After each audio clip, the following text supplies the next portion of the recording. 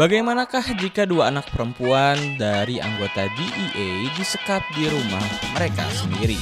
Halo sobat, pintu teater 1 telah dibuka. Kali ini Mimin bakalan ngebahas salah satu film yang berjudul The Commando. Film ini mengisahkan tentang seorang pria anggota tim khusus DEA yang dipulangkan karena telah membunuh 3 sandera sekaligus saat menyerang sebuah pabrik barang haram. Bersamaan dengan pulangnya pria tadi, muncul pria lain dari balik jeruji besi yang telah dibebaskan dari masa hukumannya.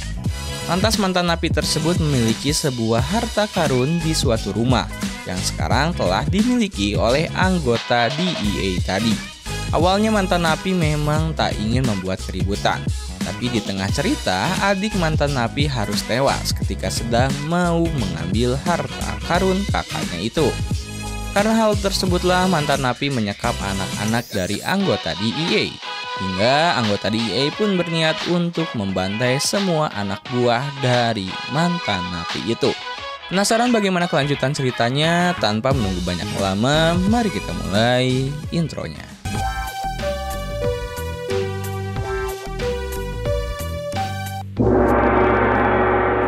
Scene diawali di sebuah pabrik terbengkalai, di mana tempat tersebut dijadikan laboratorium oleh seorang bandar barang haram. Terlihat juga tim DEA sedang melakukan operasi tangkap tangan yang dipimpin langsung oleh seorang pria bernama James. Karena lab itu dijaga oleh beberapa bodyguard, sehingga laboratorium tersebut berubah menjadi zona perang.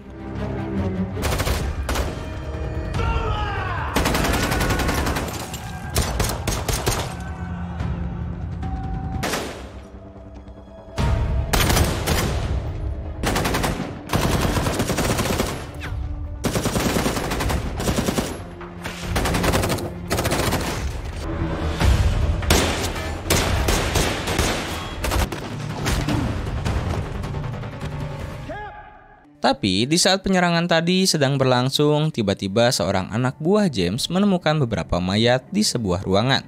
Yang diketahui itu adalah para sandera. Sontak dia pun terkejut melihat para sandera harus mati karena ulahnya sendiri. Setelah beberapa waktu, James akhirnya dipulangkan ke rumah alias dibekukan sementara.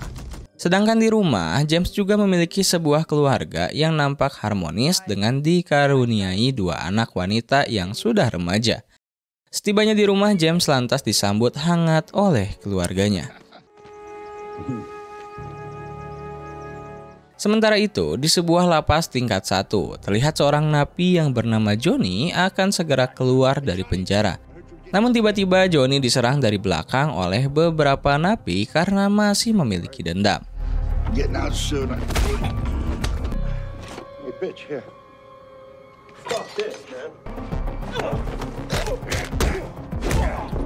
Di sini Johnny terlihat sudah sangat muak dengan kehidupan di penjara. Lalu Johnny pun akhirnya dibawa ke pengadilan untuk pengakuan bersalahnya atas pembunuhan berencana. Diketahui Johnny ini adalah mantan pasukan militer yang telah mendapatkan banyak gelar saat dia masih bertugas dahulu.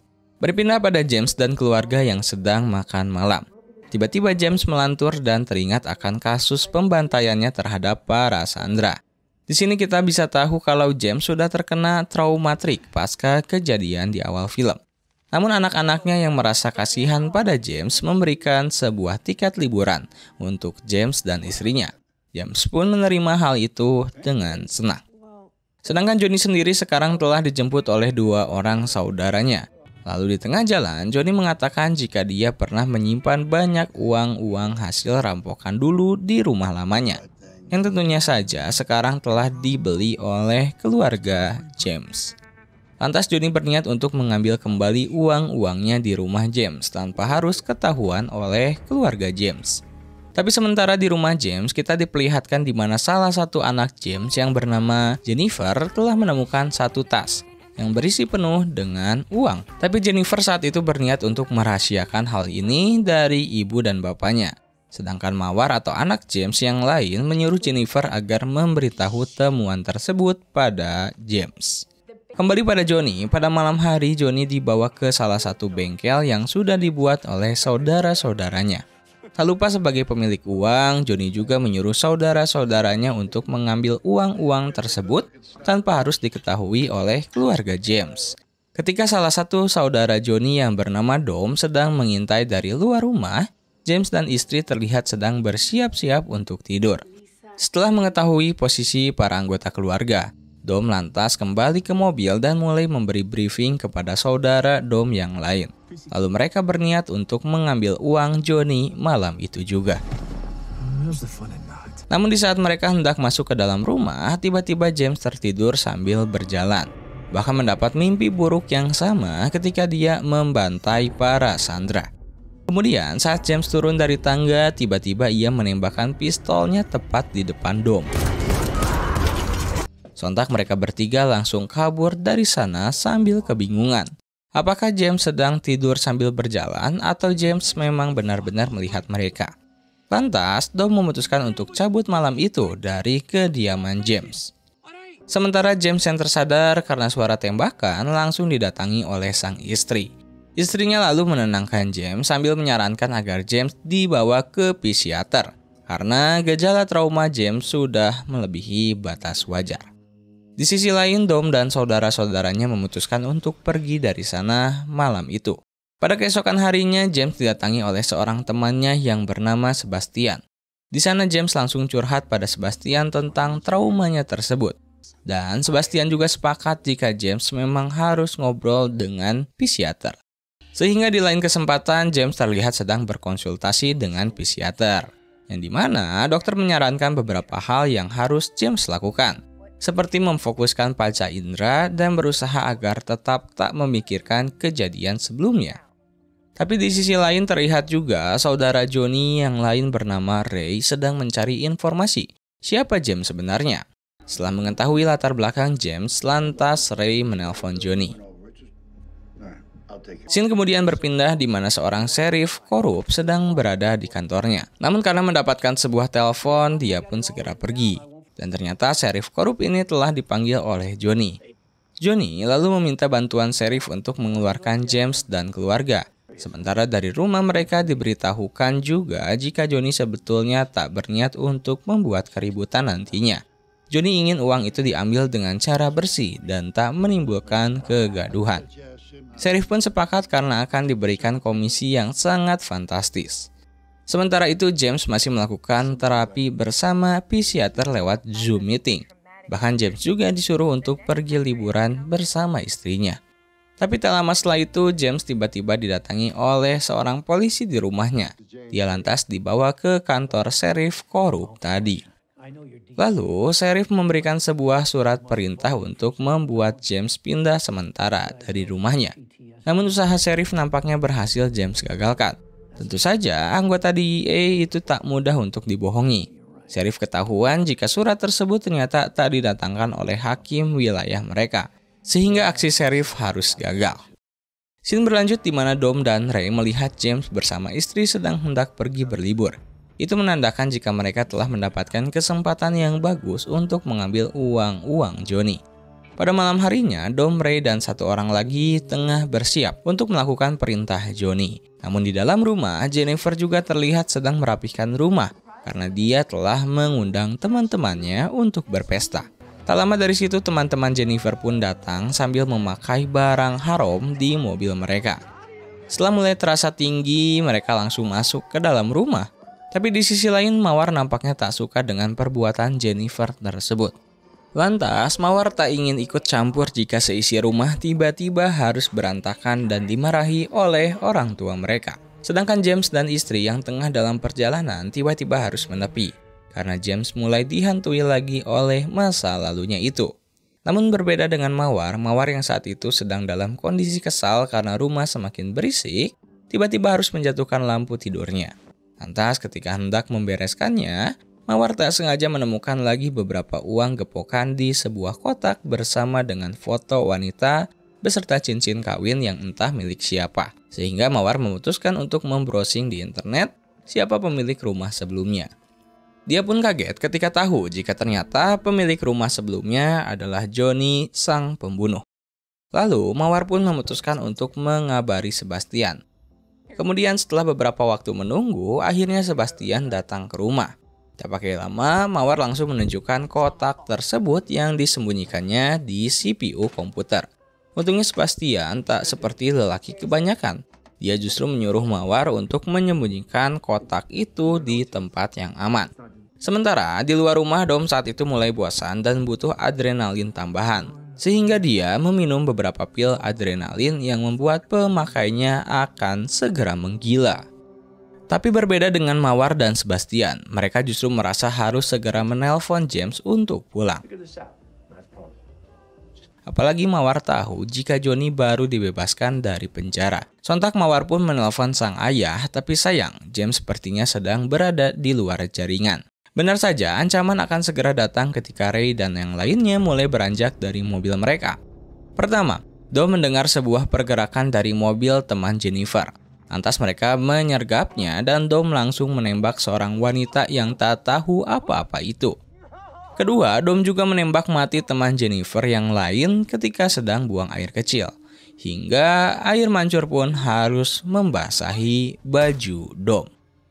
Mawar yang melihat kekejaman Dom dari jendela kamarnya sontak langsung memanggil Sebastian yang sedang berada di bawah bersama Jennifer dan kawan-kawan.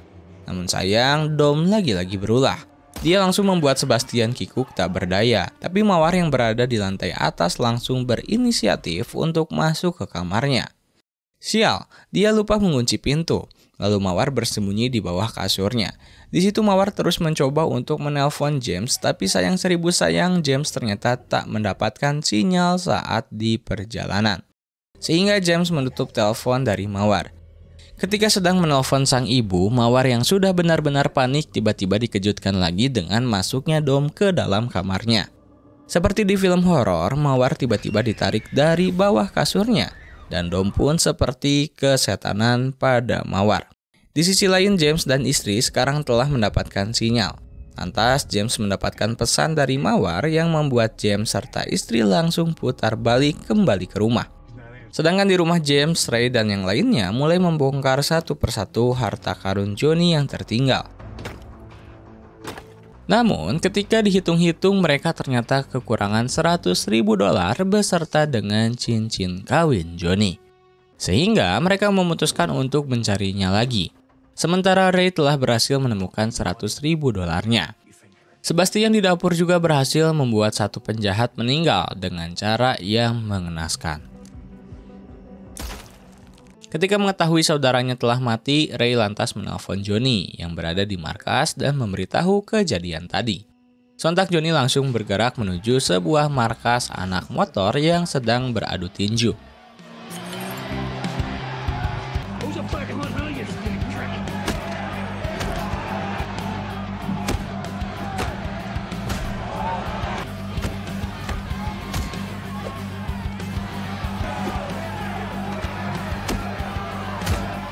Setelah adu tinju selesai, Johnny sempat bersaparia dengan beberapa teman lamanya di geng motor itu. Lalu Johnny pun memberitahu jika adik Johnny telah mati, sehingga seluruh anggota geng tersebut langsung meluncur ke rumah James. Ketika telah tiba di rumah James, Johnny mendapatkan adiknya itu telah tewas dengan naas. Sehingga Johnny langsung membalaskan dendamnya pada Sebastian dengan menusuk Sebastian hingga tewas. Kemudian, Johnny juga menelpon James lewat HP Sebastian untuk memberitahu jika James memiliki sesuatu dari Johnny. Tentu saja James memberikan peringatan pada Johnny jika sampai menyentuh anak-anak perempuannya, James tak akan segan akan membunuh Johnny and the gang. Sementara itu keadaan di rumah makin terlihat tegang karena Mawar telah ditodong senjata untuk mencari cincin kawin Johnny yang hilang. Setelah cincinnya kembali, Mawar pun dibawa lagi oleh anak buah Johnny. Di saat yang bersamaan, James dan istri telah sampai di rumah. Namun James menyuruh istrinya agar tetap diam di mobil. Karena James akan memperlihatkan sebuah aksi yang akan jarang dilihat oleh sang istri. Pertama, James menyerang dua anggota geng yang sedang berjaga di dalam mobil seperti hantu. Kedua, James menembak mati dua anggota lainnya yang berjaga di depan rumahnya. Ketiga, dia dengan sigap dan cepat memberikan counter attack kepada orang yang menyerang dari belakangnya.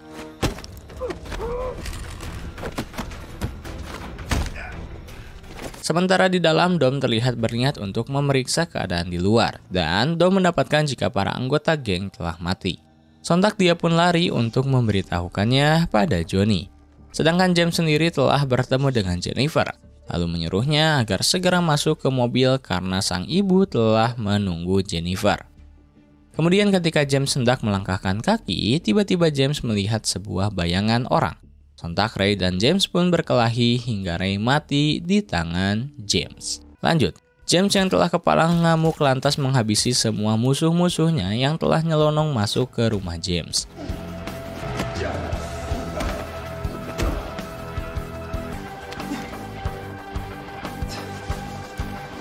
Bahkan James berhasil menyelamatkan Mawar yang ditemukan telah babak belur akibat disiksa oleh Johnny. Setelah Mawar disuruh untuk kembali ke mobil, sekarang adalah waktunya di mana Johnny dan James tinggal berdua. Beruntung James yang pintar tak mudah untuk dikelabui. Lalu dengan beringas dan ganas, James langsung mencabik-cabik Johnny yang tak sepadan dengan dirinya.